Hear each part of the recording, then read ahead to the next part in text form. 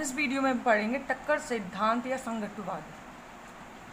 टक्कर सिद्धांत के अनुसार अभिकारक के अणुओं को ठोस गोलों के रूप में माना है। जो अभिकारक अणु हैं उन्हें ठोस गोले के रूप में माना है। ये जो सिद्धांत होता है इसके अनुसार निम्न 3 पद दिए गए हैं। सबसे फर्स्ट यह है कि जब सक्रिय अणु टकराते हैं, कैसे सक्रिय अणु टकराते हैं तो उत्पाद बनते हैं। क्या बनते हैं? उत्पाद बनते हैं। दूसरा स्टेटमेंट क्या है? रासायनिक अभिक्रिया के लिए अभिकारक अणुओं के मध्य टक्कर होनी चाहिए। कोई भी रासायनिक अभिक्रिया कंप्लीट होने के लिए अभिकारक अणुओं के मध्य चाहिए टक्कर। इसके अलावा सक्रिय अणुओं के मध्य टक्कर से ही उत्पाद बनता है, और वह भी कब? जब टकराने वाले सक्रिय अणु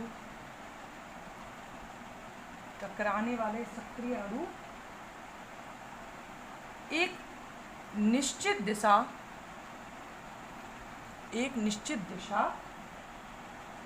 व अभिविन्यास में हो। तो टक्कर होनी तो चाहिए लेकिन निश्चित दिशा और अभिविन्यास में होनी चाहिए, जिससे ऐसी टक्कर जो निश्चित दिशा व अभिविन्यास में होती है, ऐसी टक्करों को कहते हैं प्रभावी टक्कर। तो ठीक है, 3 पॉइंट है। सक्रिय अणु से उत्पाद बनते हैं, टक्कर होनी चाहिए, और टक्करों में भी कैसी टक्कर होनी चाहिए? प्रभावी टक्कर होनी चाहिए, जिससे उत्पाद की संभावना अधिकांशतः ज़्यादा रहती है।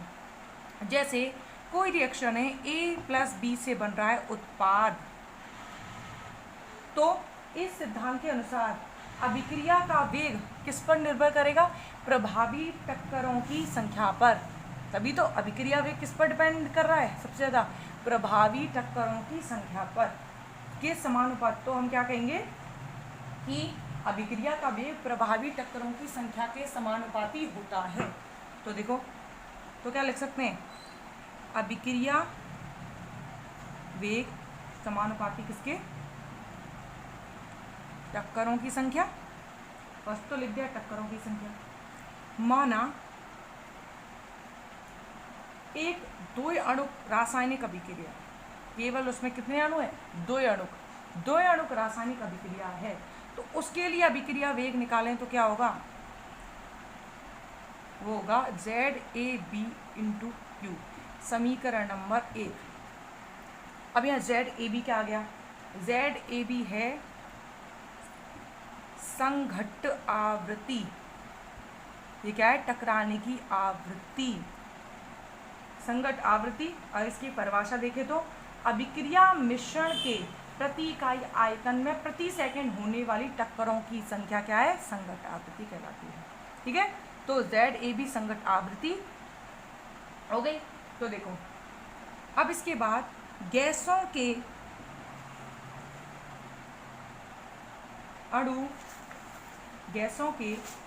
अणुगतिक सिद्धांत के अनुसार, एक और बात, यहाँ क्यों क्या था? यह है टक्करों का अंश, जो प्रभावी टक्कर है ना उनका अंश, तो उनका गुणनफल करने के बाद 2 अणु अभिक्रिया का अभिक्रिया वेग निकाल सकते हैं। ठीक है ना? ZAB तो टक्कर आवृत्ति। अब देखो नेक्स्ट, अणुगतिक सिद्धांत के अनुसार क्या आता है? ZAB, इसके अनुसार फॉर्मूला दिया होता है ZAB बराबर NaNb σ² AB 8πRT/μ⁴ ये हो गई इक्वेशन सेकंड, जो किसके अनुसार है? गैसों के अणुगतिक सिद्धांत के अनुसार। अगर यहाँ Na की बात करें और वह Nb की बात करें तो क्या है? 1 घन मीटर आयतन में उपस्थित A व B अणुओं की संख्या।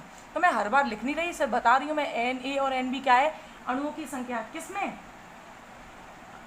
1 घन मीटर आयतन में A और B के अणुओं की संख्या क्या होगी? Na व Nb। ठीक है, अब देखो, इसके अलावा ये पता लग गया Na Nb क्या है। अब ये सिग्मा क्या है? सिग्मा AB क्या है?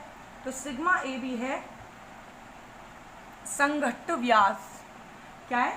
संघट्ट व्यास। अगर ये निकालना हो तो कैसे निकालते हैं? सिग्मा A + सिग्मा B/2, इसे लिख देते हैं इक्वेशन 3। क्या होता है संघट्ट व्यास? देखो जैसे कोई दो अणु टकरा रहे हैं, ठीक है, तो ये इसका केंद्र, ये इसका केंद्र, यहाँ से यहाँ तक हो जाएगी ए और बी, ए पॉइंट और ये बी पॉइंट, तो ये दूरी होगी वो होगी सिग्मा ए बी, ठीक है। अगर इसकी हाफ कर दें तो क्या हो जाएगी सिग्मा ए बाई टू, ये सिग्मा बी बाई टू, ठीक है। तो टक्कर ये होगा संघट्ट व्यास, ठीक है। अब इसके बाद देखो, अब क्या बचा ये बता दिया। अब इसमें आर स्थिरांक है, टी ताप है, म्यू, म्यू रह गया। म्यू है समानीत द्रव्यमान, कैसे निकालते हैं? m1 m2 upon m1 m1 m2 upon m1 plus m2 होता है, तो हम यहाँ लिख रहे हैं ma, हमने a और b लिया, ma mb upon ma plus mb, ठीक है। तो यहाँ m और ma mb क्या है? a व b के द्रव्यमान, ठीक है। तो अभी गैसों के अणुगतिक सिद्धांत से जो फॉर्मूला आया उसके बारे में पता लग गया कि n सिग्मा म्यू क्या है, ठीक है। इसके बाद देखो ये हो गया इक्वेशन सेकंड, अभी इसका यूज करेंगे। अब देखो नेक्स्ट, देखो अब क्या करते हैं, मैक्सवेल के सिद्धांत के अनुसार, जो मैक्सवेल का सिद्धांत है उसके अनुसार भी एक इक्वेशन है, ये होता है Q बराबर n dash upon n equals to e की पावर EA अपॉन RT। ये इक्वेशन मैक्सवेल के अकॉर्डिंग है, इसे लिख देते हैं इक्वेशन 4। और इसमें अब अगर देखें तो n डैश है सक्रियत अणुओं की संख्या, n है कुल अणुओं की संख्या, ठीक है। n और n डैश समझ में आ गया, इसके बारे में आप जानते हो, EA सक्रिय ऊर्जा, RT सब जानते हो, ठीक है। अब देखो इसको रख दिया इक्वेशन 4। अब क्या करेंगे हम, इक्वेशन सेकंड व इक्वेशन 4 से अभिक्रिया वेग अगर देखें, इक्वेशन सेकंड व इक्वेशन 4 से अभिक्रिया वेग देखें तो वेग बराबर किसके होगा? NA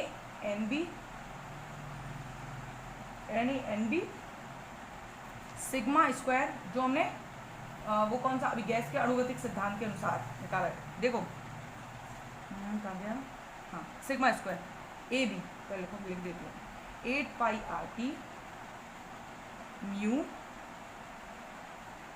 1/2 dot E upon RT, इसे लिख देते हैं हम इक्वेशन फर्स्ट, ठीक है।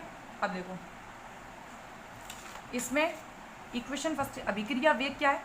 ZAB इंटू क्यू, तो हमने ZAB तो इसके फॉर्मूले के अकॉर्डिंग निकाला था, Q मैक्सवेल के अकॉर्डिंग, तो हम Q और ZAB इन दोनों की वैल्यूज़ को समीकरण 1 में रखेंगे, तो वेग बराबर क्या आ जाएगा? वेग अभिक्रिया वेग बराबर ये Z की वैल्यू और यहाँ Q की इंटू क्यू, ठीक है। तो वही मैंने ये कर दिया। अब देखो नेक्स्ट, इसे रख दिया हमने इक्वेशन फर्स्ट। द्रव्यानुपाती क्रिया नियम के अनुसार, द्रव्यानुपाती क्रिया नियम के अनुसार क्या होता है? वेग बराबर किसके होता है? वेग समानुपाती होता है अभिकारकों की सांद्रताओं के गुणनफल के। तो हम समानुपाती का चिन्ह हटा के के लगा रहे हैं, तो लिख रही हूँ मैं के CA अपॉन CB, ठीक है। अब हम क्या करेंगे, यहाँ पर जो स्थिरांक लगाएंगे उसका KC लिया है, यहाँ KC क्या है? ये एक वेग स्थिरांक ही है, क्या है? वेग स्थिरांक ही है। इसके बाद क्या करते हैं हम, ये हो गया वेग बराबर, ये आ गया। अब देखो इसको, इसके बाद करेंगे A व B के मोलों की संख्या, A व B के मोल क्या हो जाएंगे? NA व NB। अगर कुल मोल निकालने हो तो कुल के लिए क्या हो जाएगा? N, तो N बराबर क्या हो जाएगा? NA प्लस NB, यही हो जाएगा। इसके आगे देखो, अगर हमें CA मतलब A की सांद्रता निकालनी है तो क्या कर देंगे? NA के मोल बटे कुल मोल। अगर हमें B की सांद्रता निकालनी है तो NB के मोल बटे कुल मोल, याद आ गया। तो अभिक्रिया वेग इस बेस पे क्या होगा? तो अगर इसमें रखना चाहें इनको, क्या आएगा? वेग बराबर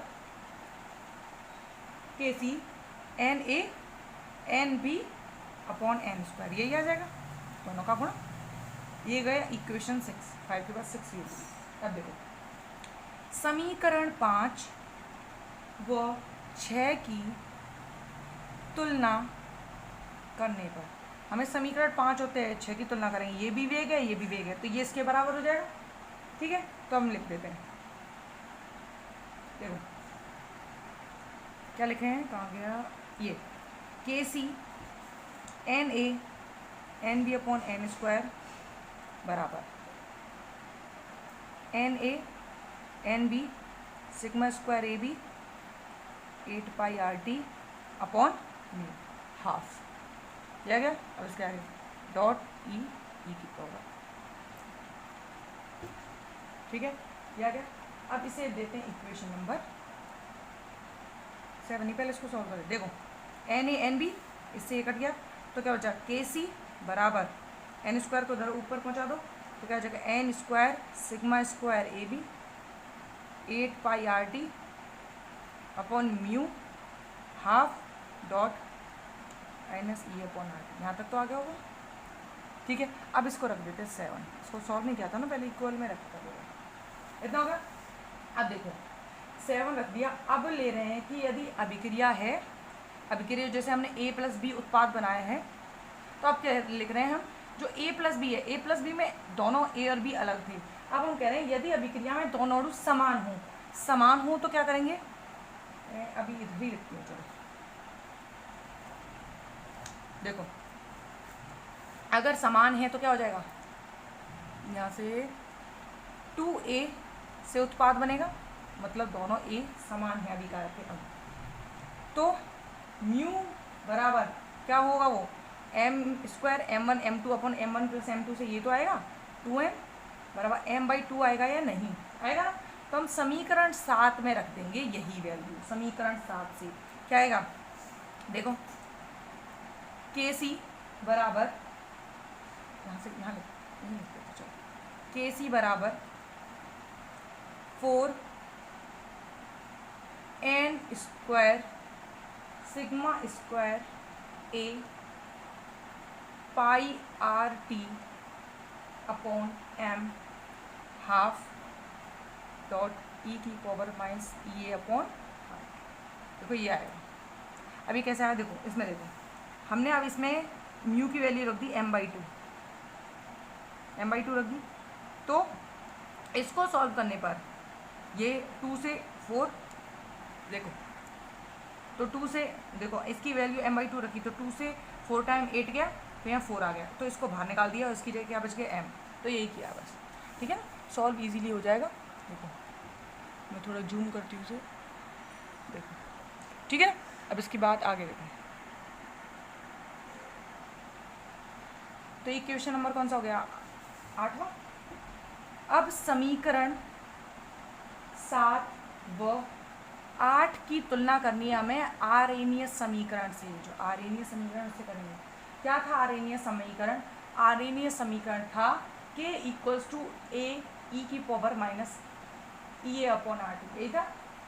तो उससे तो पहले तो हम समीकरण 7 की तुलना करेंगे, फिर समीकरण 8 की करेंगे। तो 7 की तुलना किससे करें, ये मतलब आरेनियस समीकरण से, तो क्या आ जाएगा, a बराबर n स्क्वायर सिग्मा, देखो कहाँ के समीकरण किया। अब देखो आरेनियस समीकरण है k बराबर a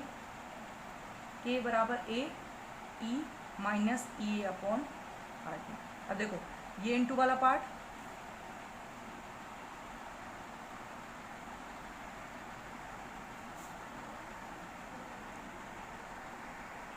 देखो ये इनटू वाला पार्ट कहाँ गया, हाँ ये वाला सेम, ये वाला सेम, ये भी के ये भी के, तुलना के। अब बचा क्या, ए के बराबर में ये आ जाएगा या नहीं, तो वही लिख रहे हैं बस हम, square A B 8 pi R T upon mu half, इसे कहते थे इक्वेशन 9। अब मैं 10 निकालती हूँ इक्वेशन 8 से, तो अब ये वाला पार्ट आ जाएगा इसकी, इक्वेशन के और ये अपॉन आर टी सेम है ना। तो देखो ए बराबर 4n square sigma square A pi R T upon M half, ये आ गया इक्वेशन 10। ठीक है, ये दो इक्वेशन आ गई जिसमें ए आ गया। यहाँ ए क्या है, हम ए की वैल्यू निकाल सकते हैं, ये है संघट्ट संख्या, संघट्ट संख्या तथा ये आवृत्ति गुणांक के तुल्य होती है। आवृत्ति गुणांक क्या है? आवृत्ति गुणांक z, ये इसके तुल्य होती है, तो हम इसे लिख सकते हैं z बराबर ए बी लिख सकते हैं। ठीक है, तो अगर हम आरेखीय समीकरण देखें तो जहाँ पर ए है वहाँ जेड भी लिख सकते हैं, तो आरेखीय समीकरण के बराबर हम ये लिखते हैं जेड ई ए अपॉन आर टी, किसके लिए? संघट्टवाद के लिए, टक्कर। ये इक्वेशन 11 हो गई, यहाँ पर ये डेरिवेशन कंप्लीट। ठीक है।